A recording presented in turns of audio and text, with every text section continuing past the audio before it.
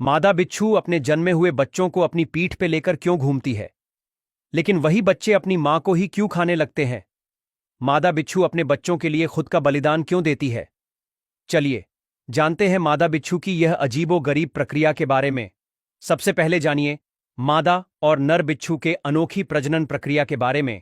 बिच्छुओं की प्रजनन प्रक्रिया अद्वितीय और रहस्यमयी होती है, क्योंकि बिच्छू अंडे नहीं देते, बल्कि वे डायरेक्ट बच्चों को जन्म देते हैं।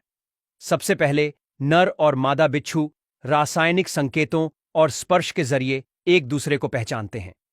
जब नर को मादा मिलती है तो नर अपने आगे के चिमटे से मादा के चिमटे को पकड़ लेता है और एक प्रजनन नृत्य शुरू करता है।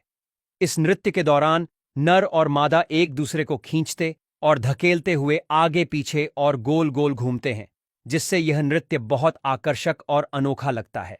बिच्छू के इस नृत्य का मुख्य उद्देश्य ऐसी जगह ढूंढना होता है जहां नर बिच्छू अपना शुक्राणु कैप्सूल छोड़ सके। फिर सही जगह पर नर जमीन पर एक शुक्राणु कैप्सूल छोड़ता है जिसमें उसके शुक्राणु होते हैं। इसके बाद वह नृत्य करते हुए बहुत सावधानी से मादा को उस स्थान पर ले जाता है ताकि वह कैप्सूल मादा के शरीर के अंदर चला जाए। कैप्सूल मादा के अंदर चला जाता है तो नर मादा को तुरंत छोड़ देता है, क्योंकि कई मामलों में मादा नर को खा भी सकती है। फिर वह अंडे मादा के शरीर के अंदर ही विकसित होते हैं, इसलिए वे अंडे नहीं देती बल्कि सीधे बच्चे पैदा करती हैं।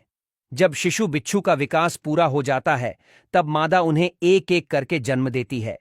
यह प्रक्रिया रात में अधिक होती है क्योंकि बिच्छू रात में ज्यादा सक्रिय होते हैं और जन्म लेते ही छोटे छोटे बच्चे अपनी मां की पीठ पर चढ़ जाते हैं।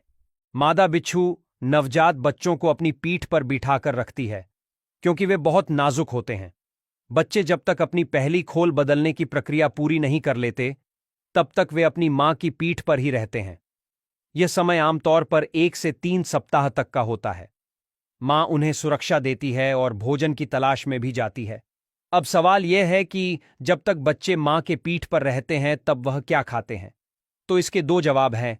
नंबर 1, कुछ संशोधन में पता चला है कि मादा बिच्छू अपने शरीर से एक विशेष पोषक पदार्थ छोड़ सकती है, जिसे बच्चे अपनी त्वचा के माध्यम से या सीधे अवशोषित कर सकते हैं। नंबर 2, नवजात बिच्छू जब मां के गर्भ में होते हैं तो वे अपने शरीर में थोड़ी मात्रा में पोषण संचित कर लेते हैं, जिससे जन्म के बाद वे कुछ हफ्तों तक बिना खाए पिए जीवित रह सकते हैं। जब बच्चे मजबूत हो जाते हैं और खुद शिकार करने योग्य बन जाते हैं तो वे मां को छोड़कर स्वतंत्र हो जाते हैं। लेकिन अगर कोई वजह से मादा बिच्छू मर जाती है तब छोटे छोटे बच्चे उसके मां के शरीर को ही खाने लगते हैं, क्योंकि उनके पास भोजन के लिए कोई रास्ता नहीं होता।